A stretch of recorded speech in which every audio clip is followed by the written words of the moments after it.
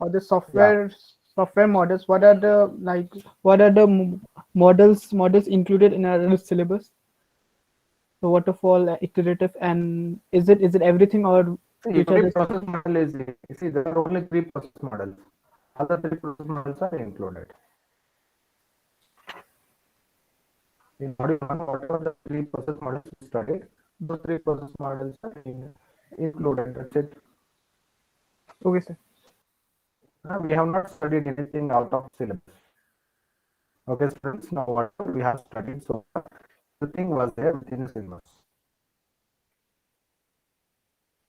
We have three process models and the three are covered, and those three are part of syllabus as well. Now I will continue with module 5. So in that we are discussing about project management.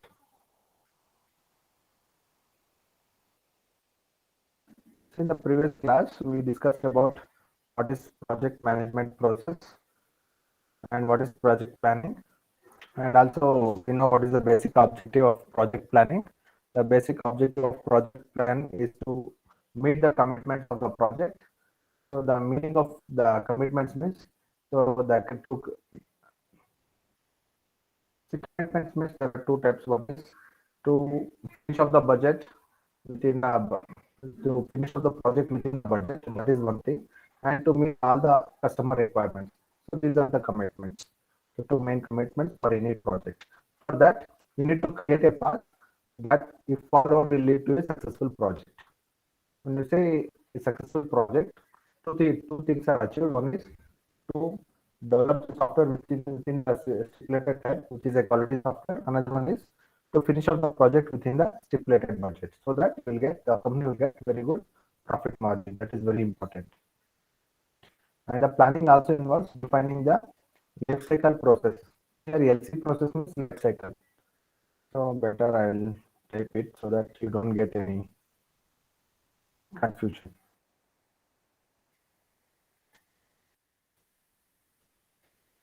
Project planning involves defining the life cycle process to be followed, estimates, detailed schedule, plan for quality, etc.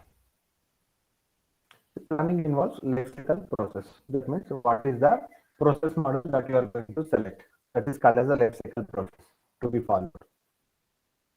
So in bracket I will write here process model so that no confusion for you. And estimates are to be calculated. So what are the estimates? So now today that is what we are going to study. So what is the effort calculation that we are going to study today, that I'll tell you in the coming slides. Then detailed schedule. So detailed schedule will tell you, so for example, when you are going to finish off requirement phase, when you are going to finish off design phase, when you are going to finish off uh, development phase, when you are going to finish off testing and quality assurance. So that is the detailed schedule. Then plan for quality. So this will be prepared by, tell me, in the previous class I have told who will prepare the quality plan. Students, anyone? Benakraj, Benakraj, Irani,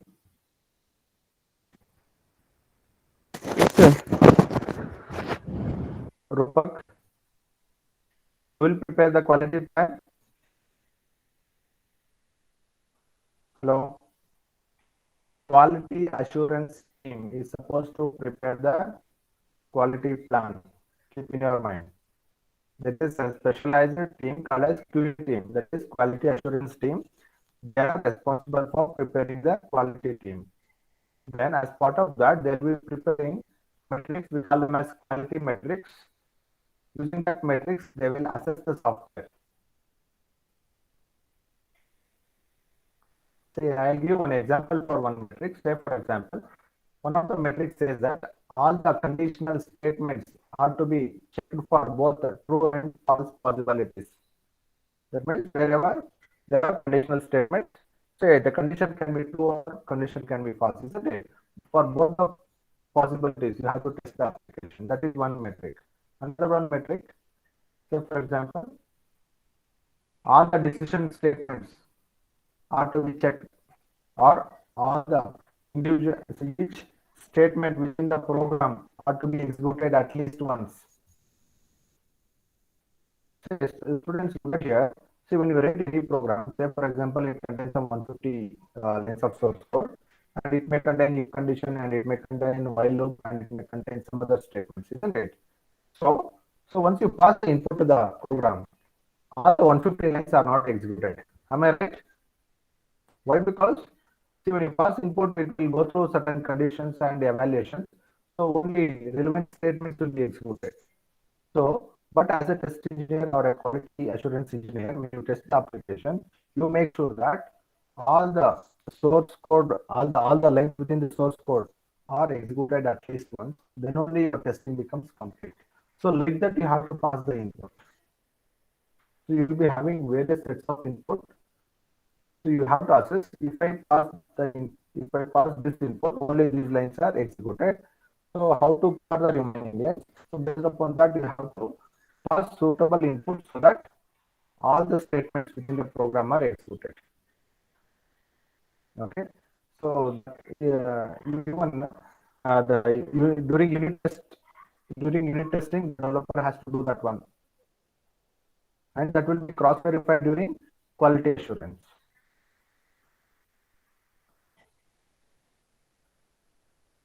Okay, then students, the main output of the project planning is a project management plan and the project schedule. So when we do project planning, the outcome is a project management plan and the project schedule. Then who will do the project planning? Project manager will do the project planning by consulting the product owner. So who is the product owner? Sometimes project manager may be the product owner. Sometimes client representative will be the product owner. Okay, but project manager has to do the project planning. So during this course of time, he has to consult various people like customer, stakeholders, and system project architect, and so on. So by consulting all those people, ultimately the project manager will prepare the project plan, and its main output is two things. One is project management plan, another one is the schedule, the detailed project schedule. Then we also discussed what are the key planning tasks. So one of the key planning tasks is estimating the effort. Today we do that. Then defining project milestones and create a schedule. So the project will be having certain milestones to achieve from very frequently. Say for example, documenting the requirements can be one milestone. Then to finish up the system, abstract level system design, that can be one milestone. Then to finish up prototype development, that can be a milestone. And to develop all the GUI, all the functionalities, that can be one milestone. Then to implement the core logic, that can be a milestone. So like that, there can be so many milestones within the project. Then defining quality objectives and a quality plan, that is the one of the planning tasks. Identifying the risks and make plans to mitigate them. So it is very important to identify what risks may arise in this project. So that is easy actually when the company is working, when the company has already worked for the similar projects. Otherwise, this task is very difficult, because of which the project may take extra time and it may override the budget. Then define measurement plan, project tracking procedures, training plan, team organization, etc. All these things come under project planning. So how to measure the status of the plan, how to track the project progress, training plan, team organization. Team organization means it is not only the development team, there are so many teams. So see, for always within the company, a specialized teams will be there for GUI development, for database related tasks, and for testing, quality assurance, and also for development. Okay, so all these things comes under team organization. Now we'll start with the very first task, that is the effort estimation, which is part of project planning activity. For a project, total cost and duration are to be committed in the start.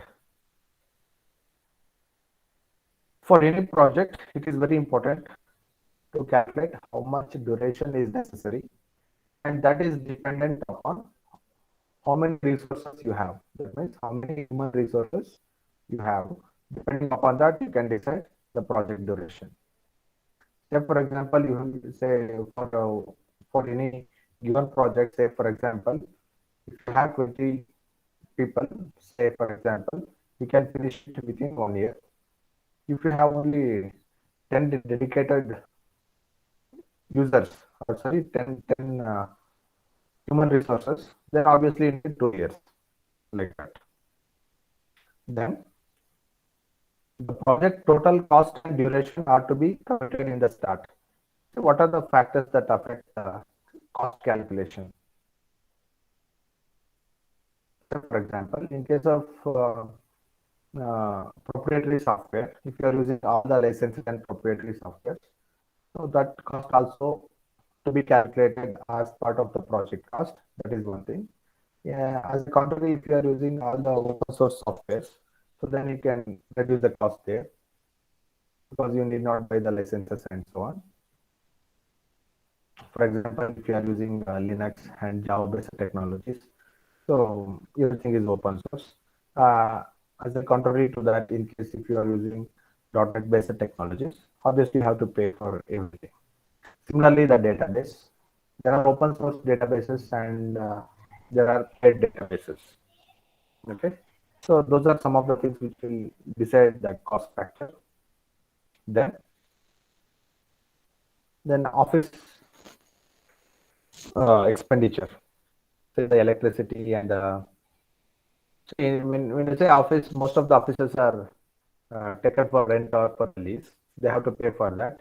For every square feet, they will be paying. Okay, so they'll calculate everything. Even when they pay for your refreshments, even that will be calculated. Okay, so as we go in deep, you'll come to know what are the factors that will affect.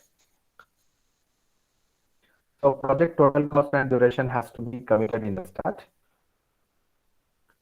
Requires effort estimation, often in terms of person months.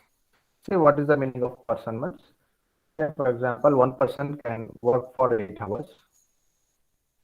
Okay, so 8 into 30 to 40 hours. So one person work to 40 hours. Okay, so then like that you have to calculate.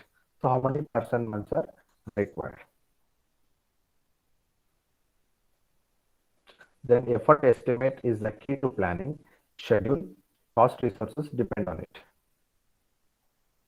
So yes, effort estimate is the key to planning, which includes schedule, which is the project schedule, cost, which is the overall cost. Then resources depend on it. So resources means like human resources and also other resources like infrastructure and tools required. Say for example, for project management, you may be using one software. For design, you may be using some of the software. For development, you may be using some of the tools.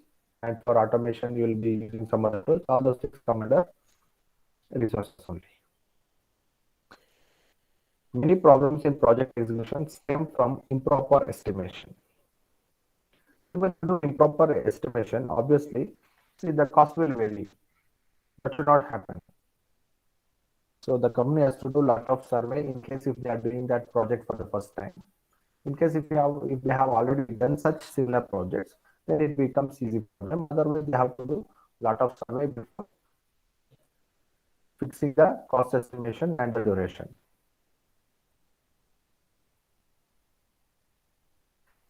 No easy way, no silver bullet.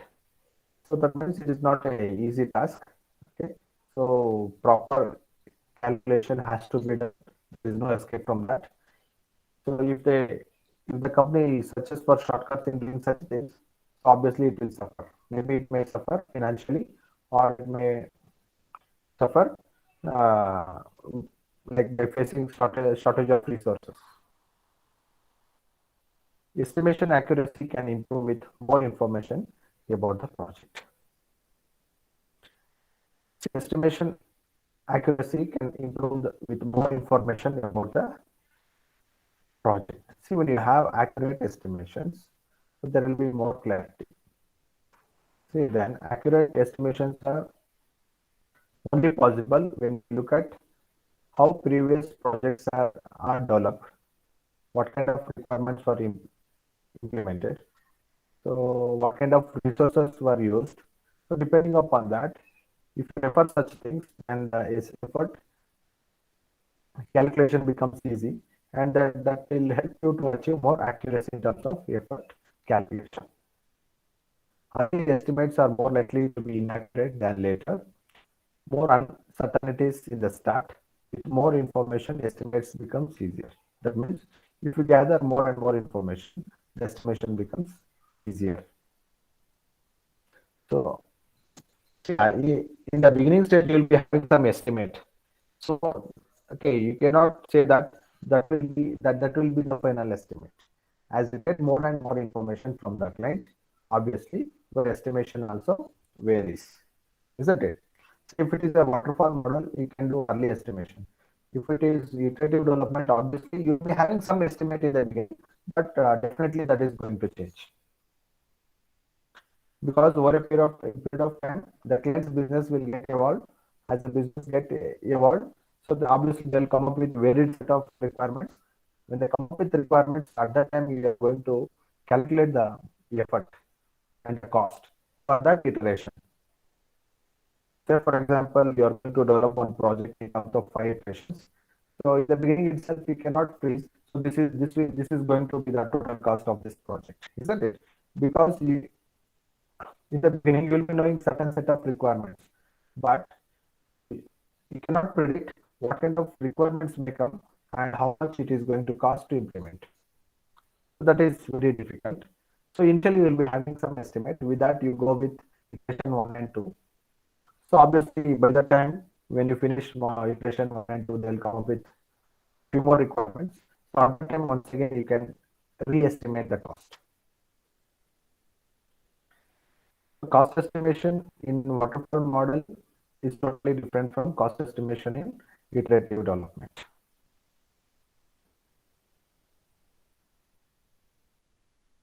So look at the effort, how to achieve, what are the parameters that have impact on estimation accuracy. See feasibility study. Okay, see here it is converging here. The graph is getting converged here. That means here you are getting more accuracy, and here you can see there is a lot of gap. So here it is 0.25x, and here it is 4x. There is huge gap. That means still you are in the feasibility study. Okay, you don't have any estimate. Still you are evaluating. So as part of feasibility study, so you do technical feasibility first. So as part of technical feasibility, you look at the functional requirements, whether such requirements can be implemented in our organization by using the available resources or not. What are the available resources? You have engineers and you have certain set of software. Okay, you have engineers who are good at certain tools and technologies. Okay, so by using those tools and technologies and your engineers, whether you can implement it 100% or not. There is nothing like 99% implement, I can implement 95%. No, it is 100% implementation. Okay, then operational feasibility. Okay, since you have the engineers, whether it can be implemented 100% or not, functionality wise. Then economic feasibility. Economic feasibility is like smart budget. For all I want to, our organization wants to implement, what amount we may have to spend. Okay, and what should be our profit margin. Okay, that is economic feasibility. Then legal. So legal aspect also will be there. So that should be taken care. So after that, then so once you feel yes, it can be implemented, then you can start the project. If at all you get the if you win the bidding. Okay, if your company wins the bidding, then you can start with the project. So that is requirement analysis. So compared to feasibility study, okay, once you are done with requirement analysis, you have more information with you. So the accuracy is improving. Okay, as you go from one phase to another phase, you keep getting more and more information. So you can plan very well. That means estimation accuracy improves as you move from one phase to another phase. Same from feasibility to requirement analysis. From requirement analysis to system design, if you are moving, still you get more information and more clarity.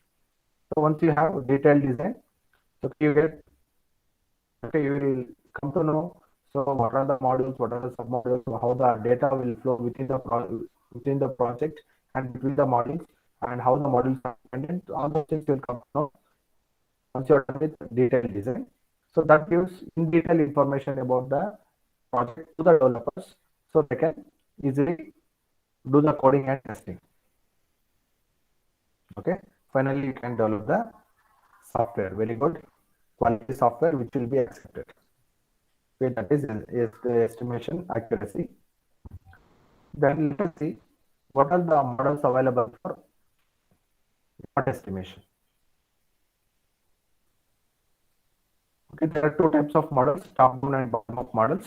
Okay, a model tries to determine the effort estimate from some parameter values. Now we are going to see which are those parameter values.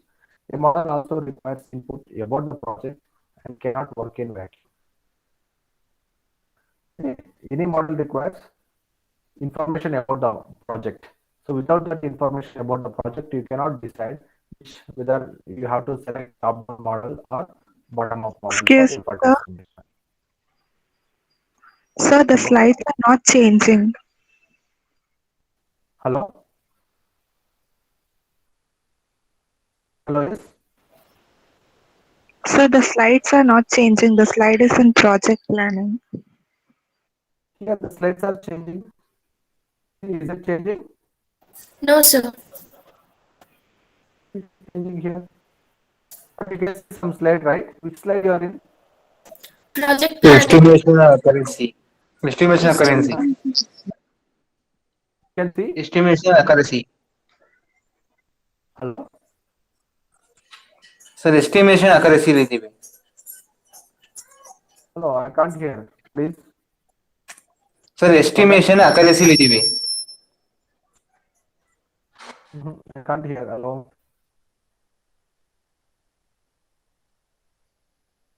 You type it in the chat window. Please type it in the chat window. I can't hear.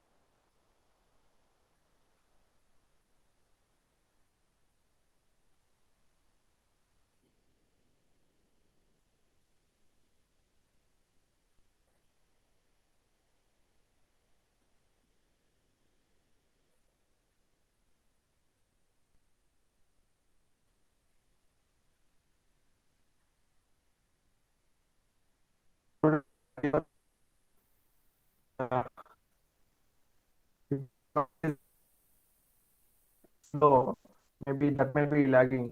So maybe because of that, I'll stop sharing and I will share once again entire screen.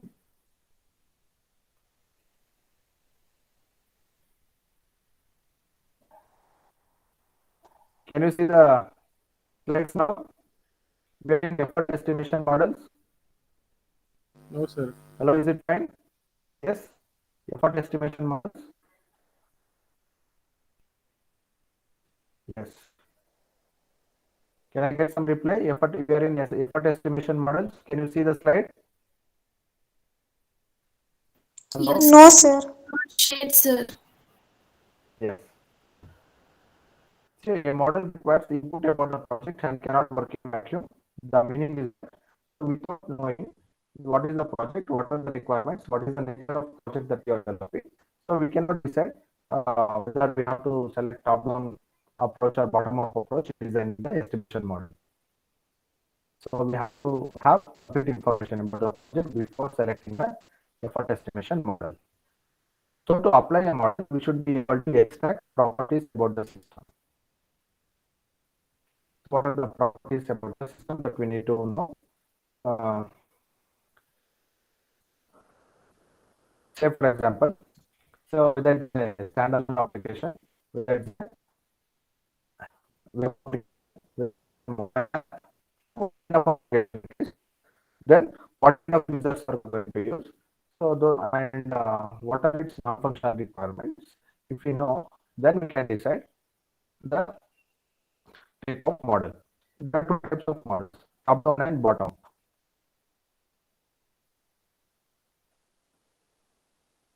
Look at here. So effort estimation models. We have to have knowledge of software project. This diagram shows process to appropriate effort estimation model. So first prerequisite is you should have information about the software project. What kind of project you are going to develop? That is called as knowledge about software project. Then properties. So input understand what is the nature of project and this application and model, whether it's website or mobile application, gaming application, what kind of users use this application, target end users, and value of some characteristics. Okay, value of some characteristics. Say for example, this platform or a gaming application. Say, all the can be installed on all the applications. For example, so there will be particular characteristics will be okay. Understood here, and we have to calculate the values of some characteristics. In coming steps, you will come to know what are such characteristics. Then select the estimation model. Then effort estimation will be done. Okay. In the coming slides, you will come to know what are the parameters. First, consider top-down estimation model. So top-down approach, that is top-down estimation. So Sir, your voice is breaking, sir. Top-down approach. First determines the total effort, then effort. Sir, your Continue. voice is breaking. Determines effort. Hello. Sir, your voice So I have continuously breaking, sir. Not able to hear you, sir. Network.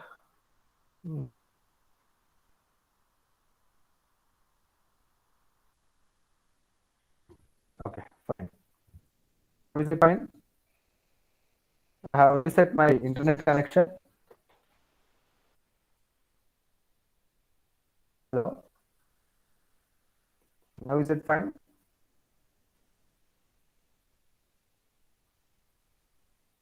Hello, students. Now the voice is clear.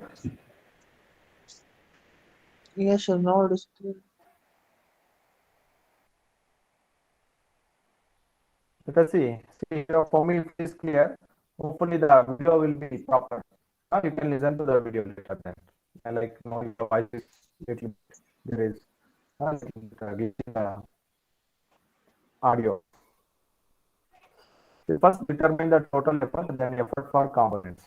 The total effort includes so how many human resources are required. Let's say how to calculate that. So say first you have to calculate the effort in terms of hours, then you can convert it into how many human resources are required, depending upon in how much duration you want to finish off. Say for example, say the total duration is 1 lakh hours. So 1 lakh hours means, say if 10 people are involved, okay, and each person is working 8 hours. So 1 month, 80 hours. Say if I consider approximately 20 days per month, say by eliminating 2 holidays per week for IT industry.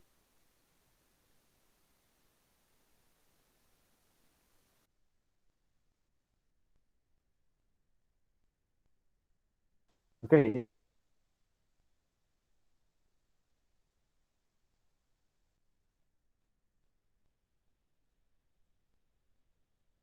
will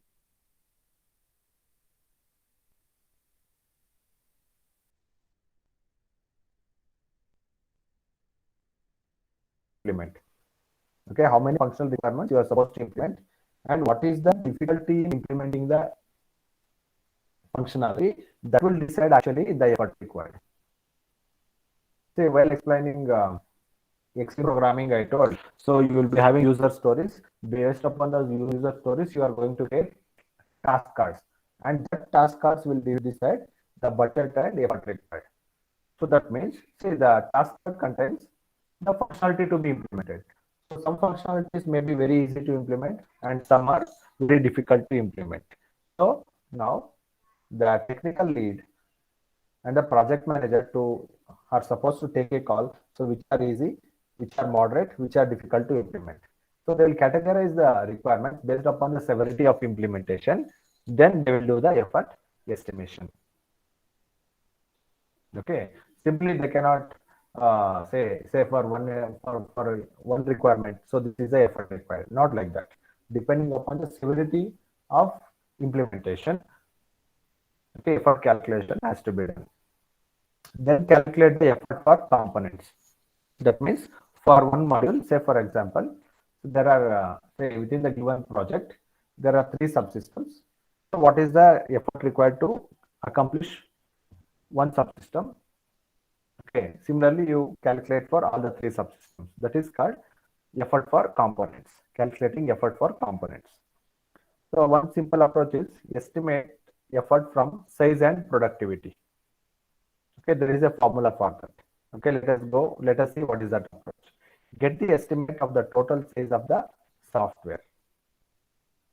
Okay, get the estimate of total size of the software. So how to predict, how to analyze total size of the product? So how many submodules are, how many modules are there within the project? Okay, that is one aspect. Then how many functionalities on an average, how many functionalities are there as part of each module?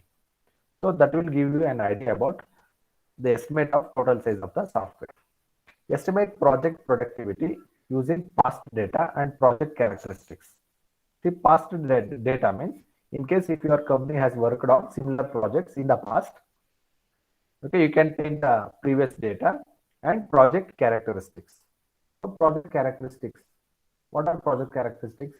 So whether it's an web application, whether it's a gaming application, mobile app, okay, so then whether it is platform dependent or whether it is targeting a particular category of users, okay, those are the characteristics. Then obtain the overall effort estimate from productivity and size estimates.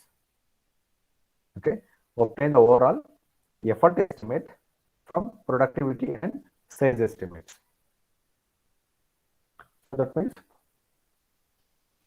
so by calculating how many modules, how many functionalities are there, and what is the severity of implementation, then what could be the size of source code. See, the size of source code is predicting that is very difficult unless you have worked in previous similar projects. Okay, so some detailed survey has to be done to get this information. So unless doing the detailed survey, it is highly impossible to fetch this information, especially the size estimates. Size estimate in terms of source code. Effort distribution, data from similar project are used to estimate effort for different phases. Look at here, effort distribution, data from similar project. That means from the past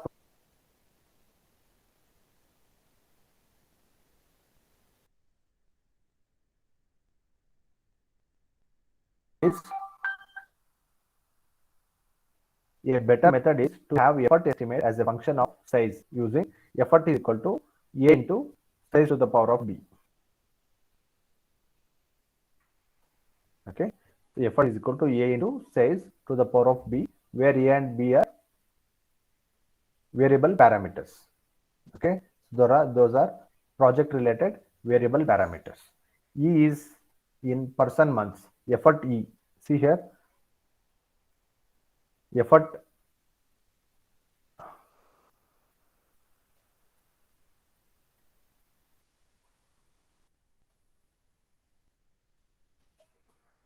E is nothing but effort E is equal to A into size to the power of B. That is the standard formula as per top-down estimation model. E is in person months, size in 1000 lines of code. So K means,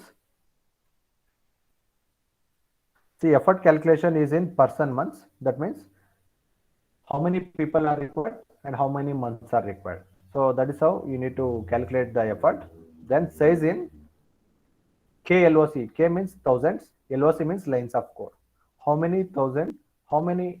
Say for example, size can be say 5,000 lines of source code, 50,000 lines of source code, 25,000 lines of source code, like that.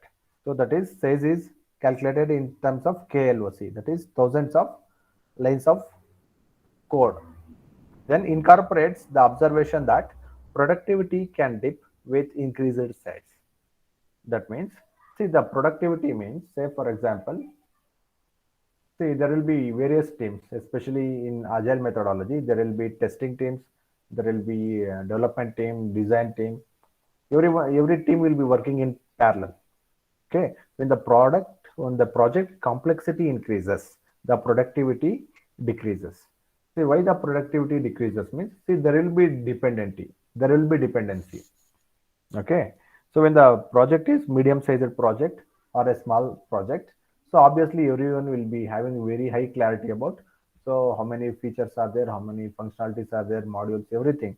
So they'll be getting more information about the project, and there will be very less module to work, so they can synchronize the work. But when the project is very complex and say for example, so the duration of, say for example, the long duration project, for example, 5 years duration project. Okay, when there are so many modules, like you cannot expect that everybody to work on the same module. Okay, because the project is very complex, too many functionalities, too many modules. So if one team is working on one module, another team will be working on another module, and the testing team will be, they'll be parallelly creating the test cases, isn't it? So to tracking them is because to tracking the progress of the project becomes very difficult. So when it becomes very difficult, updating the status of the project to the client becomes very difficult. Okay, so that is called productivity. See, productivity means you'll be setting the targets. If you are meeting the targets in time, so that means you can say the productivity is good. That means the outcome of the overall project team is good. When I say overall project team, there are various sub teams involved in it: testing team, development team, design team, operations team. The operations team will do only deployment and automation work. They'll do some reporting, deployment, and automation work. Okay, there will be various teams involved. So when you can synchronize all those teams together, and if you are able to assess the progress of the project, then we say productivity is good. Otherwise, it is not good. So incorporates the observation that productivity can dip with increased size. Constants A and B determined through regression analysis of past project data. That means by using the previous similar projects, okay, we will decide what is the value of A and B. So those two are the constants. Constants A and B determined through regression analysis of past project data. Okay. Okay, in the coming slides, you will get more information about that. What are those? What could be the constants? Then the very famous model for calculating effort is COCOMO model, and it is an top-down model. It follows top-down approach, uses size but adjusts using some factors. Basic procedure of COCOMO model is obtain initial estimate using size. Okay, you know that size is calculated by using KLOC. That means how many thousand, that is thousands of lines of code. Determines a set of 15 multiplying factors from different project attributes. It considers 15 multiplying factors to estimate the effort. Adjust the effort estimate by scaling it with the final multiplying factor. So adjust the effort estimate by scaling it with final multiplying factor. Simply, if you tell the theory, you don't understand anything. So ultimately, we have to see which are those factors. The initial estimate is A into size to the power of B, same formula. Some standard values for A and B given for different project types. The different projects will have different values for constants A and B. That is one thing we need to keep in our mind. There are 15 cost driver attributes like reliability, complexity, application experience, etc. There are 15 cost driver attributes. That means there are certain attributes. Depending upon that, we will estimate the cost. That is, such parameters are reliability, complexity. Reliability means your system should have very high reliability. So it should be always up and running. Okay. Then complexity means too many functionalities are involved. Then application experience. So whether it is easy to use or there is some complexity in using the application. So all those things matter in deciding the cost. Each factor is rated, and for the rating, a multiplication factor is given. Final effort adjustment factor is the product of the factors for all 15 attributes. Look at here, the final effort adjustment factor. There is something called as adjustment factor, and that is the product of all these 15 attributes. Now look at here, which are those 15 attributes. Okay, students, carefully observe this. There are so many cost drivers. Cost drivers are the attributes of the project. Once again, I repeat, cost drivers are nothing but the attributes of the project which will decide the cost. So first one is required reliability. So reliability, which also includes dependability, isn't it? And availability. See, when you expect your system should be up and running all the time, that means you have to invest more on it.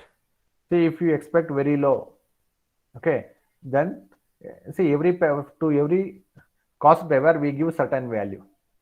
Okay, see, when you expect very less reliability, then 0.75 is the value of that cost driver. If it is low, 0.88. If it is nominal, it is 1.0. The value of that is 1.0. High, 1.15. If you want very high availability. So you see, if we give one example, if you want to give some example for a project which expects very high availability. Okay, banking software.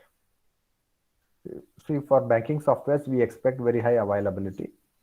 So there we give the cost driver value, that is required reliability is equal to 1.4. If not 1.4, at least 1.15 we have to give, isn't it? Because you don't know when we are going to do some transaction, it should happen. That's the urgency. See, say nowadays we don't keep money in our pocket only. Simply we go to any mall and we use our debit card or credit card and we purchase something. So what happens if the transaction is not committed? Obviously we cannot purchase anything. So that means, so that is one application where we expect our application should be up and running all the time. So that means we require very high reliability.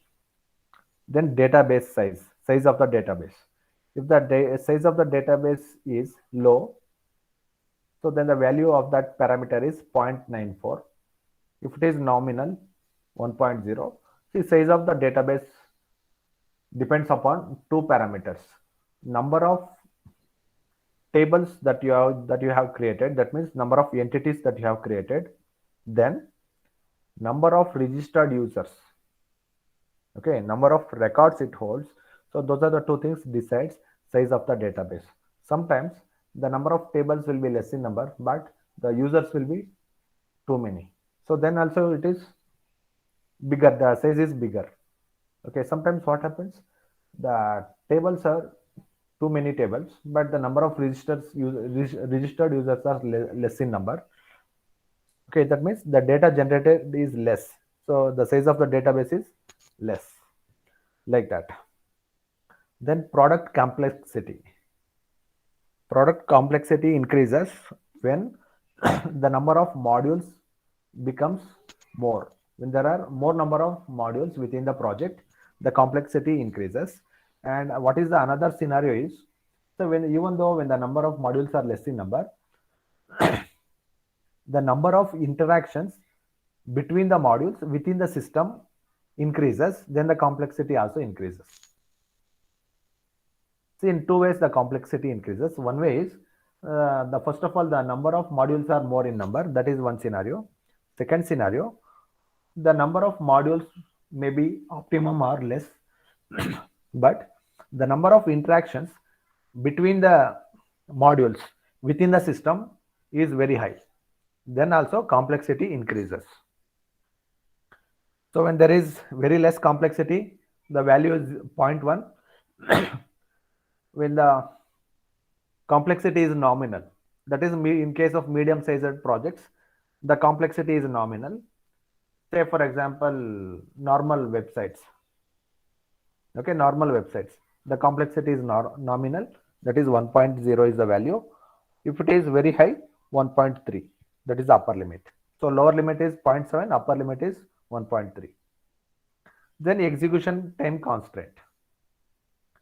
See, whenever we use any application, see the response time, we need nominal response time. So if that is the case, 1.0. See, we never expect my application should be like it should run very slowly. No one expects, isn't it? No one expects that let my application run very slowly. So therefore, so at least nominal, the speed must be nominal. The execution speed must be nominal. So 1.0 is the lower limit, and upper limit can be 1. Application speed should be very high. So response time should be very minimum. So that means it is extremely fast. Just if you are clicking and it is giving you the response. So if that is the requirement, the value must be 1.3. Then memory constraint. Okay, if the memory requirements are nominal, 1.0 is the value. If the memory requirements are very stringent, if your application is having stringent memory requirements, then 1.21. Okay, then analyst capability.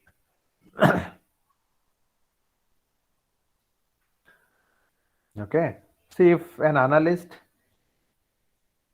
okay, see if your analyst is taking very high, lot of time to assess your application, then the value is 1.46. If we can analyze the requirements of your project in an average time, then the value is 1.0. Okay, so within very less time, if the system analyst can analyze your complete requirements of your project, then the value is just 0.71. That means, see, when your requirements are complex, the analyst will take more time to analyze. So therefore, the value becomes 1.6. And if the number of requirements are less in number, it takes less time to analyze your project. So then we can give 0.71 as the value. See, by using all these things, at the end, we have to calculate the adjustment factor. That adjustment factor is the product of all these things. Say, for example, 1.4 into 1.16 into 1.3 into 1.3 into 1.1 into. So that adjustment factor is nothing but the product of all these factors. Next factor is application experience. See, application experience is very important, especially why? Because whenever we develop any particular project, we'll target for a particular group of users. Say some applications are targeting kids, especially gaming applications. So there the application experience should be very good. So because of that reason, they'll be using graphics and they'll be using some VFX effects and so on, isn't it? So when the application experience is very important, then the value is 0.82. When it is nominal, 1.0. So then you are not at all, if you are not at all bothered about application experience, okay, that is example of normal applications. Okay, so 1.29. Okay, if you are least bothered about the application experience, okay, it is 1.29.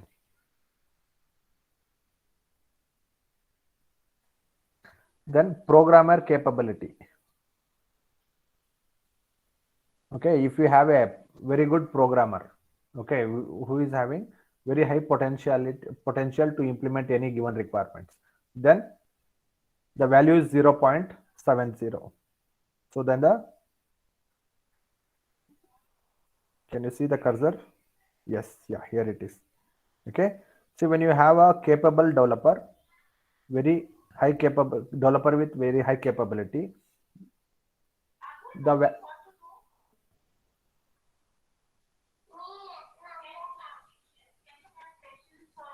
students, 1 minute.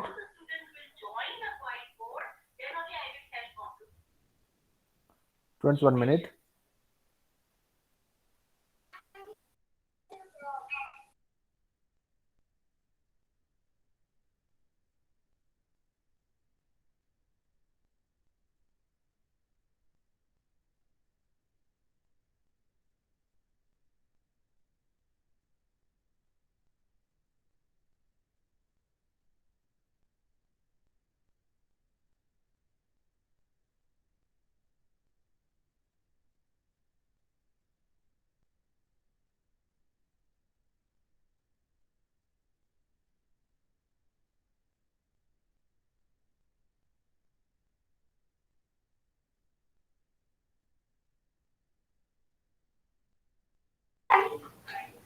Okay, students, I am back.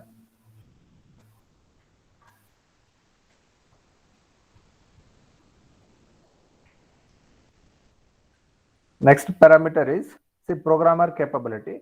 When you have very good programmer who can implement any given requirements, and especially when he is having a previous experience of working in similar projects, so then the value can be 0.70. So otherwise, if he's okay, good, if he's just good enough, so 0.86. Okay, or if you are having an experienced developer but who has not worked in the similar projects, so that means with nominal capability it is 1.0. If you have a very poor developer, okay, then the value is 1.42. Then use of software tools. Okay, so if you are using like a lot of automation tools, so that you are reducing the time required to develop the project, then it is 0.83. If it is, that means you are using nominal.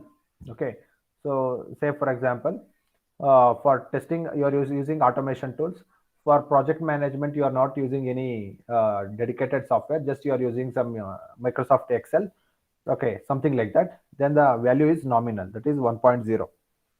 Then develop, okay, if you are not at all using any automation tools or any software tools, everything is like so if you do not use so many software tools, the tracking and every activity, finishing or tracking the activities becomes very difficult.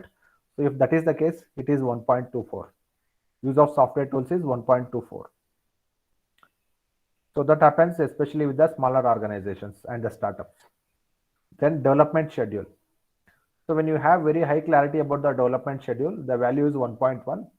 If you don't have any clarity about the development schedule, then the value is 1.23. So students, these are the cost estimation drivers, are nothing but the attributes or characteristics of the project. These are used to calculate the effort. Okay, then I told one of the thing is adjustment factor. So at the end we have to calculate the adjustment factor. That adjustment factor is nothing but the product of all these values. You want to ask anything, students? Why these parameters are considered? We have considered all these parameters to estimate the cost. Simply we cannot estimate the cost. So we have to think whether the project is expects very high reliability or not. We have to take into consideration what is the size of the database and what is the complexity of the project. The complexity increases when there are so many modules in the project, and the number of interactions within the project are high. That means the dependencies within the project are high, then the complexity increases. Then what is the response time that you are expecting? Then what is the time taken by the analyst to analyze your project? That is one of the parameters. Experience. If you want to design your project such that user will feel wow,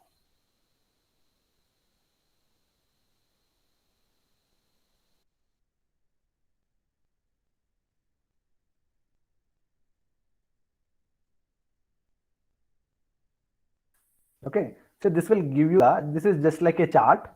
Okay, these values are nothing but this will give you an idea. So what values are to be substituted for each of the parameter, what values are to be substituted.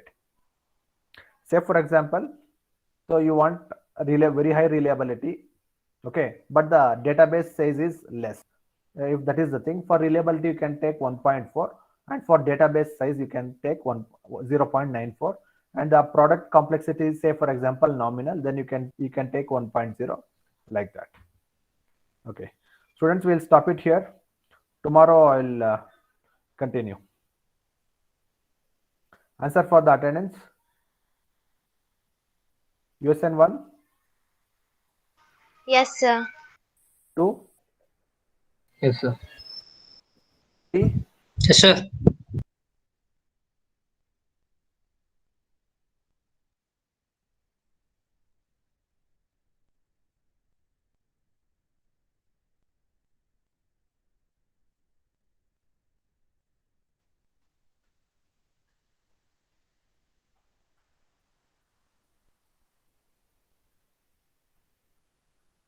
6. Yes, sir.